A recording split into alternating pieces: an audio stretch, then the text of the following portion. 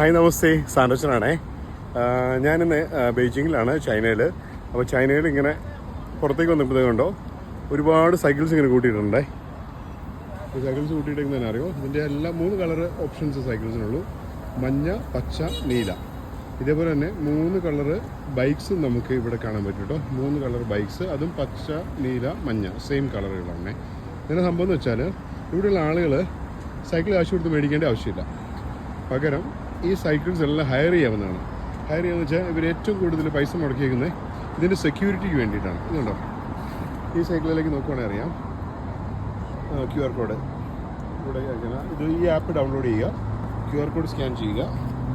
ഇവിടെയുണ്ട്, അപ്ലോഡ് ചെയ്ത് QR code scan ചെയ്യുക, സൈക്കിൾ അൺലോക്ക് ആവും. പിന്നെ നമുക്ക് എടുത്തുകൊണ്ട് പോകാം.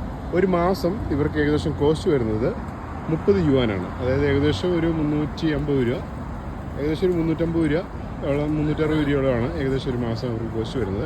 പക്ഷേ എവിടെ വേണമെങ്കിലും എടുക്കാം, ഇഷ്ടമുള്ള എടുത്ത് കൊണ്ടുവെക്കുകയും ചെയ്യാം. അതിൻ്റെ ഏറ്റവും വലിയ അഡ്വാൻറ്റേജസ് എന്ന് വെച്ചാൽ ഇത് ഈ സിറ്റി, ഇതിലെ ബീജിങ്ങിൽ മാത്രമല്ല, ഇത് ശരിക്കും പറഞ്ഞാൽ ഷങ്കായിലും മറ്റ് എല്ലാ സ്ഥലങ്ങളിലും ഇത് അവൈലബിൾ ആണ്. സെയിം കമ്പനിയാണ്, 3 കമ്പനി മാത്രമേ ഇത് ഓപ്പറേറ്റ് ചെയ്യുന്നുള്ളൂ. അപ്പം അതുകൊണ്ടാകുമ്പോഴത്തേക്കും 3 കമ്പനി ഓപ്പറേറ്റ് ചെയ്യുമ്പോഴത്തേക്കും ഇത് ശരിക്കും പറഞ്ഞാൽ നല്ല രീതിയിൽ ഓപ്പറേറ്റ് ചെയ്യാൻ പറ്റും.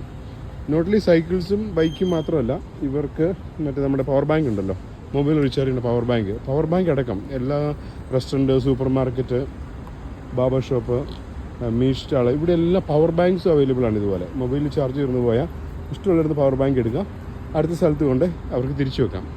ഇതൊക്കെ ഒരു സർക്കാർ ചെയ്യുന്ന ഒരു ഇനിഷ്യേറ്റീവാണ് കേട്ടോ. ജനങ്ങളുടെ സുരക്ഷയ്ക്ക് വേണ്ടിയിട്ടും അവരുടെ എഫിഷ്യൻസി കൂട്ടാൻ വേണ്ടിയിട്ടും നല്ലൊരു പ്രാക്ടീസാണ്. നമ്മുടെ നാട്ടിൽ ഇങ്ങനെയൊക്കെ വന്നിരുന്നെങ്കിൽ ആഗ്രഹിച്ചു പോകുന്നു.